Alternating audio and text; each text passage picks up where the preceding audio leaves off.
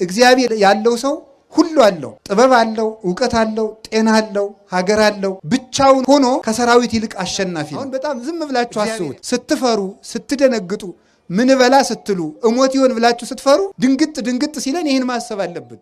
እግዚአብሔርን ታሞ ያስታመመው ማን ነው? እግዚአብሔርን ታስሮ የጠየቀው አለ? እግዚአብሔር ተርቦት ያበላው ማን ነው? እግዚአብሔር በርዶት ያለበሰው አለ? እግዚአብሔር ቸግሮት ያበደረው ማን ነው? እግዚአብሔር ተገፍቶ የፈረደለት ማን ነው? አንዳችም እንኳን የለም። ግን ለሱ ሳናደርግለት ለወንድማችሁ አድርጋችኋልና ለኔ ያደረጋችሁልኝ ብሎ ያላደረግንለትን አደረጋችሁልኝ የሚል ነውና ልብስ ለብሰው ከጸጋ እግዚአብሔር የተራቆቱ ምግብ እየበሉ ነፍሳቸው የተራበች ሰው እየገደሉ ሰው እያጠፉ ጉልበታቸው ሰው እየደመሰሰ ነፍሳቸው ግን የደከመች በዘመድ ብዛት የታጀቡ ከሰራዊተ መላእክትና ከቅዱሳን አንድነት ግን የተለዩ ደካሞች በብዙ በልዩ ልዩ መልክ ያጌጡ የተዋቡ ነፍሳቸው ግን ከቁራ የጠቆረች የጨለመች የከረፋች የከፋች ባማሩ በተሸለሙ በተጋረዱ ቤቶች ይኖራሉ። በሰማይ ቤት ግን ስደተኞች ናቸው። ያወቅን ይመስላቸዋል፣ ግን አያውቁም። ለእነዚህ ሰዎች አልቅሱላቸው።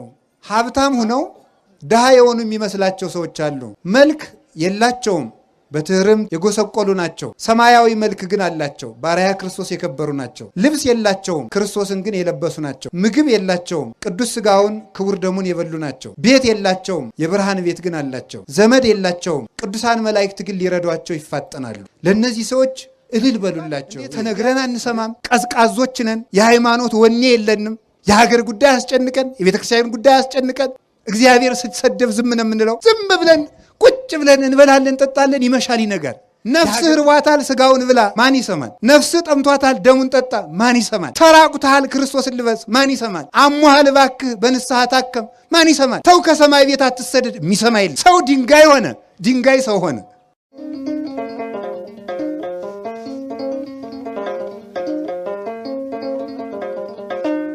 በስመ አብ ወወልድ ወመንፈስ ቅዱስ አሐዱ አምላክ። በስመ አብ ወወልድ ወመንፈስ ቅዱስ አሐዱ አምላክ።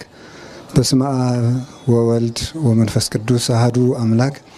በባህሪው ሞት በመንግስቱ ሽረት የሌለበት ቅድመ ዓለም የነበረ ዓለምን በማይመረመር ጥበቡ የፈጠረ ትንኝንም ሳይዘነጋ የሚመግብ ስጋችንን ለብሶ ከውድቀት ያነሳን መድኃኒታችን ኢየሱስ ክርስቶስ በልባችን አስበን በአንደበታችን ተነግረን ስለማንፈጽመው ስለ ቸርነቱ ከባህሪ አባቱ ከአብ ከባህሪ ሕይወቱ ከመንፈስ ቅዱስ ጋር ለዘላለም የተመሰገነ ይሁን።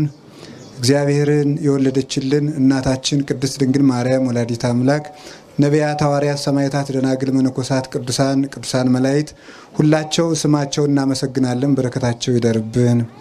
ብፁዕ አባታችን አቡነ ኤርምያስ የሰሜን ወሎ ሀገረ ስብከት እና የቅዱስ ሲኖዶስ አባል፣ ክቡር አባታችን መምህር አባ ኃይለ ገብርኤል ፍስሐ የሀገረ ስብከቱ ስራ አስኪያጅ፣ እንኳን ለቅዱስ ላሊበላ የዕረፍት በዓል በሰላም አደረሳችሁ።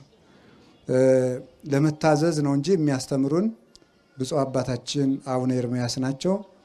ለመታዘዝ ያህል ልጅ በአባቱ ፊት መስተካከል ስላለበት እኔም ተምሬ ሳጠፋ በኋላ እሳቸው እንዲያስተካክሉኝ ትንሽ መልእክት አስተላልፋለሁ ማለት ነው።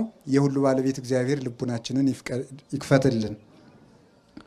ኩሉ ይትካሃል ለዘየአምን፣ ሃይማኖት ላለው ሰው ሁሉ ይቻላል። እስኪ ሁላችሁ ለሚያምን ሁሉ ይቻላል በሉ። እንደገና በሉ። እንደገና በሉ። ለሚያምን ሁሉ ይቻላል። ስንቱ ይቻላል? ሁሉም ይቻላል። ሃይማኖት ላለው ሰው፣ ሃይማኖት በልቡናው ላለው ሰው፣ ሃይማኖት ለጸናለት ሰው ሁሉ ነገር ይቻለዋል። ሃይማኖት ማን ነው ሲባል ባጭር ቃል ሃይማኖት እግዚአብሔር ነው። ሃይማኖት ላለው ሰው ሁሉ ይቻላል ማለት እግዚአብሔር ላለው ሰው ማለት ነው። እግዚአብሔር ያለው ሰው፣ እግዚአብሔር በልቡ ላለው ሰው፣ በኑሮው ባንደበቱ በሁለንተናው እግዚአብሔር ያለው ሰው ሁሉ አለው። በዚህ ዓለም ሁለት አይነት ሰዎች አሉ ይላል ቅዱስ ዮሐንስ አፈወርቅ። አንደኞቹ ከአንዱ ክፍል ያሉት ድሃ ናቸው፣ ሀብታም የሆን ይመስላቸዋል። ሁለተኞቹ ደግሞ ሀብታም ናቸው፣ ድሃ የሆኑ ይመስላቸዋል። ሁለት ሰዎች አሉ። ለድሆችም ድህነታቸውን ልናስረዳቸው፣ ለባለጸጎችም ባለጸግነታቸውን ልናስረዳቸው ይገባል ይላል። ድሃ ሆነው ሀብታም የሆኑ የሚመስላቸው የሚባሉት ልብስ ለብሰው ከጸጋ እግዚአብሔር የተራቆቱ ምግብ እየበሉ ነፍሳቸው የተራበች ሰው እየገደሉ ሰው እያጠፉ ጉልበታቸው ሰው እየደመሰሰ ነፍሳቸው ግን የደከመች በዘመድ ብዛት የታጀቡ ከሰራዊተ መላእክትና ከቅዱሳን አንድነት ግን የተለዩ ደካሞች በብዙ በልዩ ልዩ መልክ ያጌጡ የተዋቡ ነፍሳቸው ግን ከቁራ የጠቆረች የጨለመች የከረፋች የከፋች እንዲህ ያሉ ሰዎች አሉ። ያወቅን ይመስላቸዋል ግን አያውቁም። ለነዚህ ሰዎች አልቅሱላቸው። ባማሩ በተሸለሙ በተጋረዱ ቤቶች ይኖራሉ፣ በሰማይ ቤት ግን ስደተኞች ናቸው። እንዲህ ያሉ ሰዎች ፍጹም የተዋረዱ ሰዎች ናቸውና ድህነታቸውን ንገሯቸው በጊዜ ባለጸጋ እንዲሆኑ ይላል። ሀብታም ሆነው ድሃ የሆኑ የሚመስላቸው ሰዎች አሉ።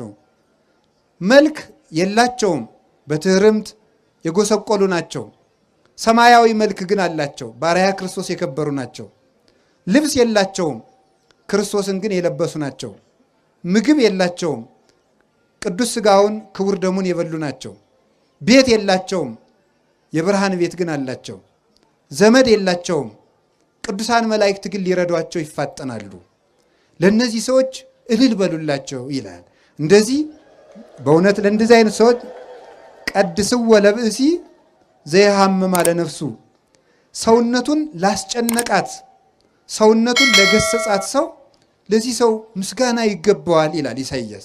ለጌታችን ለኢየሱስ ክርስቶስ ነው ፍጻሜው፣ ግን እሱን ለመሰሉ ሰማዕታት ሁሉ ለቅዱሳን ሁሉ የተነገረ ነው።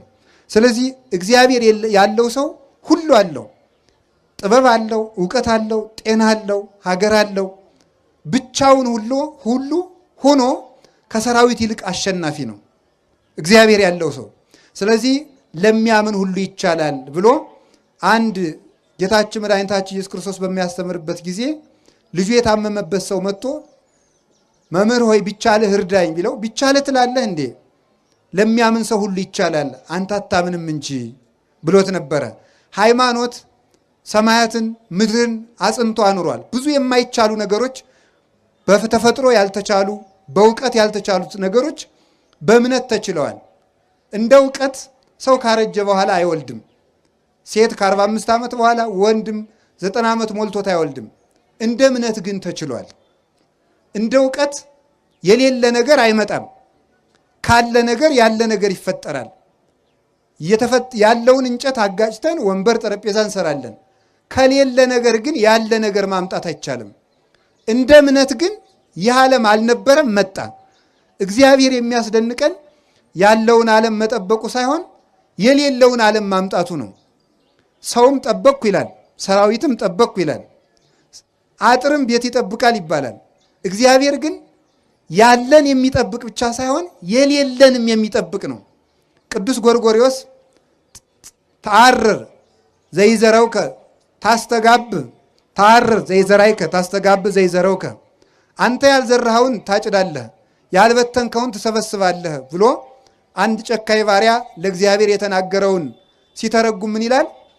መክሊቱን ሰጥቶ መክሊቱን ከቀበረ በኋላ አንተ ክፉ ባሪያ ለምን በሰጠው መክሊት አላፈራህም ቢለው፣ አይ አንተ ያልዘራኸውን የምታጭድ ያልበተንከውን የምትሰበስብ እንደሆን ካውቄ ፈርቼ መክሊትን ወስጄ ጉድጓድ ቆፍሬ ቀበርኩት ብሎት ነበረ። ካዛ ምን አለው? ተአምረኒኑ ከመብስ የድሩቅ አነ፣ እኔ ጨካኝ ሰው እንደሆንክ ታውቀኛለህ። ካልበተንኩት ካልዘራሁት የማጭድ ካልበተንኩት የምሰበስብ እንደሆንክ ታውቀኛለህ። ካወቀኝ ለምን ትያግባይ ከወርቄ ውስጥ ማይዴ፣ ለምንድን ነው መክሊቴን ያልመለስክልኝ ብሎት ነበረ። ታዲያ ይህንን ሊቁ ቅዱስ ጎርጎርዮስ ሲናገር ይሄ ሰውዬ እግዚአብሔርን ወቅሶታል። ያልዘራኸውን ታጭዳለህ ያልበተንከውን ትሰበስባለህ ብሎ ወቅሶታል። እሱ የወቀስኩ መስሎት ነው እንጂ እውነቱን ነው። እግዚአብሔር ያልዘራውን የሚያጭድ ነው። እግዚአብሔር ያልዘራውን ያጭዳል፣ እግዚአብሔር ያልሰበሰበውን ያልበተነውን ይሰበስባል ይላል። ምስጢሩ እንዲህ ነው። እንዴት ነው እግዚአብሔር ያልዘራውን ያጭዳል? እግዚአብሔር ያልበተነውን ይሰበስባል? አዎ ይላል። እንዴት? ሰው ከበቀለ እንጨት ቤት ይሰራል። ሰው ከበቀለ ልጥ ገመድ ፈትሎ ቤት ይሰራል ሰው። ነገር ግን ሰው ከበቀለ እህል እንጀራ ይጋግራል፣ ቂጣ ቆሎ ያዘጋጃል፣ ካለ ነገር ነው። እግዚአብሔር ግን ያልዘራውን ያጭዳል ማለት የሌለውን ዓለም ከሌለ ነገር አምጥቶታል። ካለመኖር ማምጣቱ ያልዘራውን ማጨዱ ነው። ስለዚህ እግዚአብሔር እውነትም ያልዘራውን የሚያጭድ የሌለን የሚያመጣ ካለመኖር ወደ መኖር አሁን በጣም ዝም ብላችሁ አስቡት። ስትፈሩ ስትደነግጡ ምን በላ ስትሉ እሞት ይሆን ብላችሁ ስትፈሩ ድንግጥ ሲለን ይህን ማሰብ አለብን። እግዚአብሔር ይህን ዓለም ከየት አመጣው? ለዚህ ሰማይ ጎተራ አልነበረውም። ለዚህ ምድር አዳራሽ አልነበረውም። አልነበረም፣ መጣ። እግዚአብሔር ያልዘራውን የሚያጭድ የተዘራውን ማጨድማ ገበሬም ይችላል። እግዚአብሔር ግን ያልዘራን ያጭዳል፣ ያልበተነው ይሰበስባል። እንደገና ደግሞ ተመልከቱ፣ ያልሰጡትን ተቀበልኩ ይላልና እውነትም እግዚአብሔር ያልዘራውን አጭዳል ይላል። ያልሰጡትን ተቀበልኩ ይላል። ለምሳሌ ለእግዚአብሔር እኛ አብልተነው እናውቃለን? ለእግዚአብሔር አጠጥተነው እናውቃለን? አሁን ዛሬ ዝክር ይዘከራል። ከዚያ ዝክር እግዚአብሔር ይቀምሳል? አይቀምስም። ከዚያ መጠጥ እግዚአብሔር ይቀምሳል? አይቀምስም። እኛ ከሰራነው ቤት እግዚአብሔር እንግዳ ሆኖ ይስተናገዳል? እግዚአብሔርን ታሞ ያስታመመው ማን ነው? እግዚአብሔርን ታስሮ የጠየቀው አለ? እግዚአብሔር ተርቦት ያበላው ማን ነው? እግዚአብሔር በርዶት ያለበሰው አለ? እግዚአብሔር ቸግሮት ያበደረው ማን ነው? እግዚአብሔር ተገፍቶ የፈረደለት ማን ነው?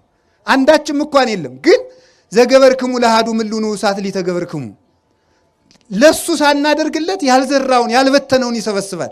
ለሱ ሳናደርግለት ለወንድማችሁ አድርጋችኋልና ለእኔ አደረጋችሁልኝ ብሎ ያላደረግንለትን አደረጋችሁልኝ የሚል ነውና እግዚአብሔርማ እውነትም እንዲህ የሚያደርግ ነው ይላል።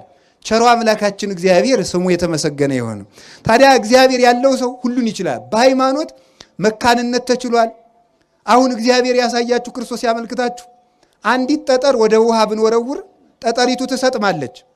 ግን ይሄ ሁሉ ዓለም ያለው በውሃ ላይ ነው። ለምንድን ነው የማንሰጥመው? በእግዚአብሔር ከሆነ ይቻላል። እግዚአብሔር ቻይ ካላላት አንዲቱ ጠጠር ባህር ውስጥ ጥልቅ ትላለች። እግዚአብሔር ቻል ስላለው ግን ዘአጽንዐ ለምድር ዲበ ማይ፣ ይሄ መሬት ያለው ከውሃ ላይ ነው፣ አንሰጥምም፣ በሱ ጸንተን እንኖራለን። እግዚአብሔር ቻል ሲለው ሁሉ ይችላል። እግዚአብሔር ቻል ካለው ጠጠርም ተዋግቶ ይገላል። እግዚአብሔር ካላለው ደግሞ ሰራዊትም ማመድ ይሆናል። እግዚአብሔር ተናገር ሲለው ድንጋይም ይናገራል። እግዚአብሔር ብሎ መቅደስ ድንጋይ መቅደስ ሆኖ ይኸው ዛሬ እየቀደሰን ነው።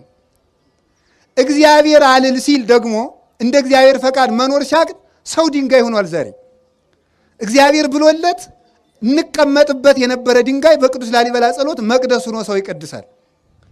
አልልልን ብሎ ደግሞ እኛ ዛሬ ድንጋዮች ሆነናል።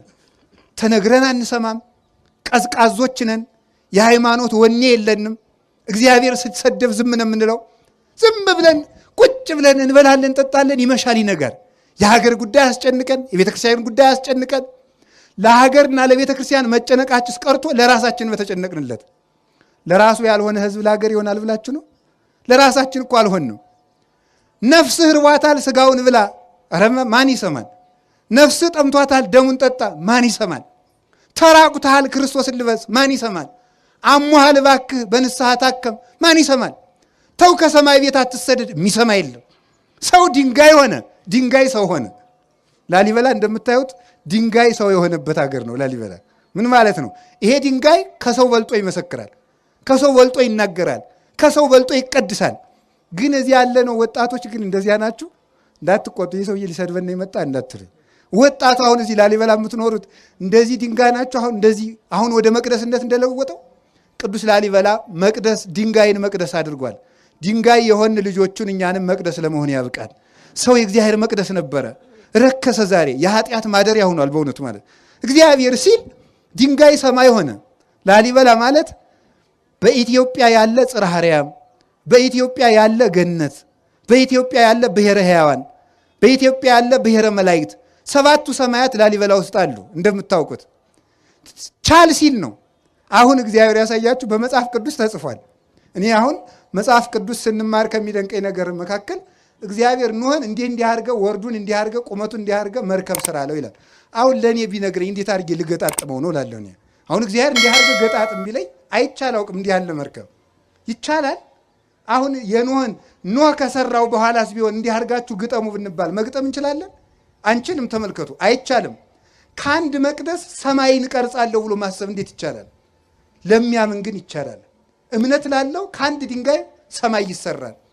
ቅዱስ ላሊበላ ምድርን ሰማይ ያደረጋት፣ እኛ ደግሞ ምድርን ሲኦል እያደረግናት ነው። እንዲህ ያለ ቅዱስ ሳዊሮስ ወኮነ ሰማይ ዓለመ ወዓለምሂ ሰማይ ኮነ ወስብሐት ተመልከቱ ለዘወለዶ አብ በምስጢር ዘይትረከብ ወለደቶ ቅድስት ድንግል በምስጢር ዘይትረከብ ወስብሐትኒ በውስተ ሰማይ ኮነ በዲበ ምድር ይላል። እነሆ ዓለም ሰማይ ሆነ፣ ዓለምም ሰማይ ሆነ፣ ሰማይ ዓለም ሆነ ይላል። ወኮነ ሰማይ ዓለመ ሰማይ ዓለም ሆነ አለ። ወዓለምሂ ሰማይ ኮነ ዓለም ደግሞ ሰማይ ሆነ አለ። ይሄ የተፈጸመው አንደኛ በክርስቶስ ልደት ነው። ሁለተኛ በቅዱስ ላሊበላ ዘመን ሰማይ ዓለም ሆኗል፣ ዓለም ሰማይ ሆኗል። ዓለምን ሰማይ ሰማይን ዓለም ያደረገ ብቸኛው ንጉሥ ቅዱስ ላሊበላ ነው። ዓለምን ሰማይ አድርጎታል። ለምን? ሰማያትን አምጥቶ እዚህ ያሳይቶናል። ስንሞት ብቻ ነበር እኮ የምናየው መንግስተ ሰማያትን። መንግስተ ሰማያትን ማየት የሚቻለው ሙተንም ለዚያውም ከጸደቅን ነው። እንደ ሞትንም እኮ አናየውም። ገና ደግሞ ክርስቶስ ሲመጣ ነው። መቆያችን ገነት ነው። እግዚአብሔር ለኢትዮጵያ ከዋለላት ውለታ መካከል በሰማያት ሂደን የቅዱሳን መላእክትን ማህሌት መንግስተ ሰማያት ገብተን ከመቅመሳችን በፊት እስከዚያ ባረቦልነት በቅዱስ ያሬድ ዜማ ስትቀምሱት ቆዩ፣ የሰማዩን ማህሌት ቅመሱት፣ በሰማይ የምትኖሩት ኑሮ ማለት ይሄ የቅዱስ ያሬድ ማህሌት ነው ብሎ አቀመሰን። የማይቋረጥ አሁን እንደምታውቁት በዓለ ሃምሳ ነው አይደል? አበቃብን አላላችሁም? አበቃ አይደል? ሰሞኑን እንግዲህ ጾም መጣ፣ ነገ ሰኞ በዓለ ሃምሳ ለምንድን ነው ሳናቋረጥ የምንበላው? እግዚአብሔር በአብይ ጾም ገፍቻችኋለሁና ልካሳችሁ ብሎ ነው አይደለም እኮ። ለምንድን ነው በዓለ ሃምሳ እንዲሁ ዝም ብለን ረቡዕም ዓርብም የምንበላው? ለማይቋረጠው ለመንግስተ ሰማያት ረፍት አረወን ትሁናችሁ ብሎ ነው። ቅምሻ ናት። አሁን እናንተ 50 ቀን በላችሁ ብሏችሁ ደስ ብሏችኋል። ይሄማ ቀላል ነው። ሆድ ቁርጠት፣ ራስ ፍልጠት የሌለበት ምግብ ያለበት የማይቋረጥ ረፍት እሰጣችኋለሁ ለማለት ነው። ስለ ጾማችሁ ፈንታ፣ ስለ ድካማችሁ ፈንታ፣ ስለ ራባችሁ ፈንታ የማይቋረጥ ረፍት ያለበት ሀገር እሰጣችኋለሁ ለማለት ሳናቋርጥ እንድንቀምስ ያደረገን ስለዚህ ነው። እንደዚሁም ሁሉ መንግስተ ሰማያት ፀሐይ፣ ጨረቃ፣ ከዋክብትን የማትፈልግ ብርድ የሌለባት፣ ረሃብ የሌለባት፣ ከገቡ መውጣት ካገኙ ማጣት የሌለባት፣ አንተ ትልቅ ሰው ነህ በላይ ቁጭ በል፣ አንተ ትንሽ ሰው ነህ በታች ቁጭ በል የማይባልበት፣ አንተ ንጹህ አልለበስክም፣ አንተ ንጹህ ለብሰሃል የማይባልበት፣ አንተ የገሌ ዘር ነህ፣ አንተ የነገሌ ዘር ነህ የማይባልበት፣ አንተ ሊቅ ነህ፣ አንተ ደንቆሮ ነህ የማይባልበት፣ አንተ ሹም ነህ፣ አንተ አልተሾምክም፣ አንተ ባለጸጋ ነህ፣ አንተ ድሃ ነህ፣ አንተ ተምረሃል፣ አንተ አልተማርክም የማይባልበት እኩል ሰው ሁሉ ክርስቶስን መስሎ ወይ ከውኑ ተመልከቱ ለሃን ተመልከቱ ለሃደ መሬተ ለሃዱ ኖላዊ ለአንድ እረኛ ለክርስቶስ አንድም መንጋ የምንሆንባት ወይ ወሀገራት ዘይትፈቅድ ተመልከቱ ፀሐይ ወርሃ ያብርሁ ላቲ ያች ሀገር አለ ተመልከቱ ፀሐይን አብሪልኝ ጨረቃን አብሪልኝ ከዋክብትን ድመቁልኝ የማትል ክረምትና በጋ በጋና ክረምት ማልትና ሌሊት ብርድና ሐሩርና ቁር የማይፈራረቁባት ደዌና ጤና የሌለባት ማግኘትና ማጣት የሌሉባት ለብሶ መራቆት የሌለባት ሀገር ለመስጠቱ ማስረጃ ይሆነን ዘንድ የቅዱስ ላሊበላ መቅደስ የመንግስተ ሰማያት መያዣ ነው። የመንግስተ ሰማያት አረወን ነው። በሃይማኖት ሰማይን አምጥቶ ከምድር ሰራው። በሃይማኖት ሰማይ ወደ ምድር ወረደ። በእውነት በቁሙ ቅዱስ ዮሐንስ በራዩ ወሪክዋ ተመልክ ወሀገርሰ ቅድስት ወለሀገርሰ ቅድስት ሀዳስ ኢየሩሳሌም ሪክዋ እንዘ ተወርድ እምሰማይ ወተውበት ለጓለ መሕያው ወስርጉት ይእቲ ከመመራት ለምታ ይላል። ታላቂቱ ኢየሩሳሌም አለ ራዕየ ዮሐንስ ምዕራፍ 20 ላይ ሲናገር ተመልከቱ። ወሪኩ ሰማይ ሐዲሰ ወምድር ሐዳሰ እስመሰሰለ ሰማይ ቀዳማዊ ወምድርኒ ቀዳማዊት። አሮየው ሰማይ አለፈ፣ አሮየቱ ምድር አለፈች፣ አዲስ ሰማይ አዲስ ምድር አየው አለና አዲሲቱ ኢየሩሳሌም ከሰማይ ወደ ምድር ስትወርድ አየዋት ይላል። ቤተ ክርስቲያን ተሰጠች፣ ድንግል ማርያም ለሰው ልጆች ተሰጠች ማለቱ ነው። በቁሙ ግን በሰማያዊት ኢየሩሳሌም ክርስቶስ ከመጣ በኋላ በቀኙ ለመቆም ካበቃን ዓለም ሳይፈጠር የሰራውላችሁ መንግስተ ሰማያት ኑ ውረሱ ብሎ ከማስረከቡ በፊት ቅዱስ ላሊበላ ሰማይን አውርዶ ኢየሩሳሌም ሰማያዊትን አውርዶ ያሳየን የሃይማኖት መስታወት ነው። እሱን የሰራልን እግዚአብሔር የተመሰገነ ይሁን። ለጊዜው በእውነቱ እንዲህ ይላል አባቶቻችን ምን ይላሉ መሰላችሁ? በወንጌል መራይከነ ወበነቢያት ናዘዝከነ። በሐዲስ ኪዳን ስጋ ለብሰህ እስከምታድነን ድረስ በነቢያት ስታጽናናን ቆየሃሉ። መንግስተ ሰማያት ገብተን ፍጹም ረፍት እስከምናገኝ ድረስ በቅዱስ ላሊበላ መቅደስ ሲያጽናና ሊቆይ ያስቧል እግዚአብሔር ማለት ነው። የቅዱስ ላሊበላ መቅደስ መጽናኛችን ነው እና ሁሉ ይቻላል። ይሄን ያደረገው በእምነት ሁሉን ችሎ ነው። ቅዱስ ላሊበላ በእምነት የቻላቸውን 3 የማይቻሉ ነገሮች ልናገርና ስለ ህንጻው አንድ ነገር ተናግሬ ትምህርቴን ጠቀላለሁ። ብፁዕ አባታችን አስተካክለው የኔን ደግሞ ያስተምሩናል። አላችሁ ይሆን? እግዚአብሔር ከሁላችን ጋር ይሁን። እንደምታውቁት አባ ጊዮርጊስ ዘጋስጫ አብርሃምን ሲያመሰግን እንዲህ ብሎ ይናገራል። አብርሃም 3 ጸጋ አለው ይላል። 3 ጸጋ፣ አንደኛው ምንኩስና፣ ሁለተኛው ሰማዕትነት፣ ሶስተኛው ባለትዳርነት ነው። 3 አንድ ሰው ነው፣ ግን 3 ክብር አለው። ስለዚህ አብርሃም መነኩሴ ነው። ደግሞ መነኩሴ ያገባል እንዳትሉ ደግሞ እንደዚያ ስላችሁ ጊዜ ችግር እኮ ነው። ስለዚህ ተመልከቱ፣ በመጽሐፍ ቅዱስ ኦሪት ዘሌዋውያን ምዕራፍ 11 ላይ ጭልፊት አይበላም ይላል። ጭልፊት አይበላም ማለት ምን ማለት ነው? ጭልፊት አይበላም ማለት የሚረባውን ሳይሆን የማይረባውን ኃይለ ቃል ሞጭልፎ የሚሄድ ሰው አይጸድቅም ማለት ነው። ሰምታችሁ? ጭልፊት አይበላም እንጂ ስለ ጭልፊት ሊወራ ተፈልጓል። ምስጢሩ ጭልፊት አይበላም በሉ እስቲ። አሁን ቃል ነጥቆ የሚሮጥ ሰው አይጸድቅም፣ ምስጢር የሚይዝ ነው እንጂ ማለት ነው። ስለዚህ ጭልፊት እንዳትሆኑ ማለት ነው። ስለዚህ ምን አለ አብርሃም ዘመዶቹን ጥሎ ከካራን በመሰደዱ የመነኮሳት አባት ነው ይላል። እግዚአብሔር አብርሃምን ተገዘርልኝ ብሎታል። አብርሃም ወደማያውቀው ሀገር ነው ሄደ። ወደማያውቀው ሀገር በመሄዱ ለመነኮሳት እግር እንጂ ሀገር የላቸውም ይላሉ አባቶቻችን። መነኮሳት እግር አላቸው እንጂ ሀገር የላቸውም። ዘመዳቸውንም አያውቁም፣ ዘርም አይቆጥሩም። እንዲያውም አንድ ባይታዊ በበረሃ እየኖረ አባትህ እኮ ሞተ ቢሉት ኮንከ ጸራፌ እስመ አቡየ ኢይመውት ለዓለመ ነው። ለምን ትሰድበኛለህ? የኔ አባት አይሞትም ማለት ምን ማለቱ ነው? አባቴ ማን ነው ማለቱ ነው? እግዚአብሔር ነው ማለት ነው። አባቴ እግዚአብሔር ነው። የሚሞት ዘር አትቁጠርልኝ፣ የኔ ዘር በሰማይ ነው ብሎ መናገሩ ነበረ። ስለዚህ አብርሃም የማያውቀውን ሀገር ምን አደረገ? የሚያውቀውን ሀገር ትቶ ወደማያውቀው ሀገር ሄደ። በዚህ አብርሃም የመነኮሳት አባት ነበረ። በስደቱ ቅዱስ ላሊበላ በስደቱ በጸሎቱ በትርምቱ የመነኮሳት አባት ነው በእውነቱ ማለት ነው። ለእኛም ለመነኮሳት ተስፋችን ነው። ቅዱስ ላሊበላ አግብቶ እንደ መነኩሴ የኖረ ነው። ከዚህ የተነሳ የመነኮሳት ክብር አለው። አብርሃም ሲገዘር ደሙን አፍስሷል። ደሙን በማፍሰሱ ደግሞ የሰማዕታት አባት ነው። ቅዱስ ላሊበላ አባታችን ከወንድሙ ተገርፎ በፈሰሰው ደሙ ደግሞ የሰማዕታት አባት ነው። የሰማዕትነት ክብር አለው። ለሚገፉትም መጠጊያቸው ነው ማለት ነው። ከቅድስት ወለተ ክብራ ደግሞ ጋር ኑሮ ዘር ቡሩክ በመተካቱ እንደገና ደግሞ ከሷ ጋር በአንድ መጋረጃ ኑረው ቅዱስ ስራ በመስራቱ ደግሞ የባለ ትዳሮች አባት ነው። ስለዚህ ቅዱስ ላሊበላ የመነኮሳት መጠጊያቸው፣ የሰማዕታትም በጸሎቱ ረዳታቸው፣ የባለ ትዳሮችም ደግሞ ጥጋቸው ነው። ለምንሰደደው ስደታችን፣ ለመነኮስ ነው ምንኩስናችን። ላገባችሁም ትዳራችሁን ቅዱስ ላሊበላ ይባርክልን። ለሚያምን ሰው ሁሉ ይቻላል። አንድ ሰው አንድ ስራ መስራት አቅቷል። ለእኔ ለራሴ ምንኩስና ይከብዳኛለች፣ ግን እሱ አግብቶ የምንኩስናንም ኑሮ ይኖራል። ላገባችሁት ብቻ ትዳርን እንኳን መያዝ አቅቷቸዋል። አንድ ሴት ይዞ መኖር በዚህ ዘመን ለወንዶች ሰማዕትነቱ ሆኖባቸዋል። አንድ ባል ይዞ መኖር ሰማዕትነቱ ሆኖባቸዋል። ቅዱስ ላሊበላ ግን ደግሞ ትዳርም እያለው ደግሞ ሰማዕት ነው። እኛ ከየቱ ልንጠጋ ነው? ወይ ትዳሩ አልተሳካ፣ ወይ ምንኩስናው አልተሳካ፣ ወይ ክህነቱ አልተሳካ። በዚህ ዘመን 3 የደፈረሱ ምንጮች አሉ። ክህነት፣ ትዳርና ምንኩስና ናቸው። ሀገር ሰላም የሚሆነው እነዚህ 3ቱ ምንጮች ንጹህ ሲሆኑ ነው። ከንጹህ ትዳር ንጹህ መነኩሴ ይገኛል።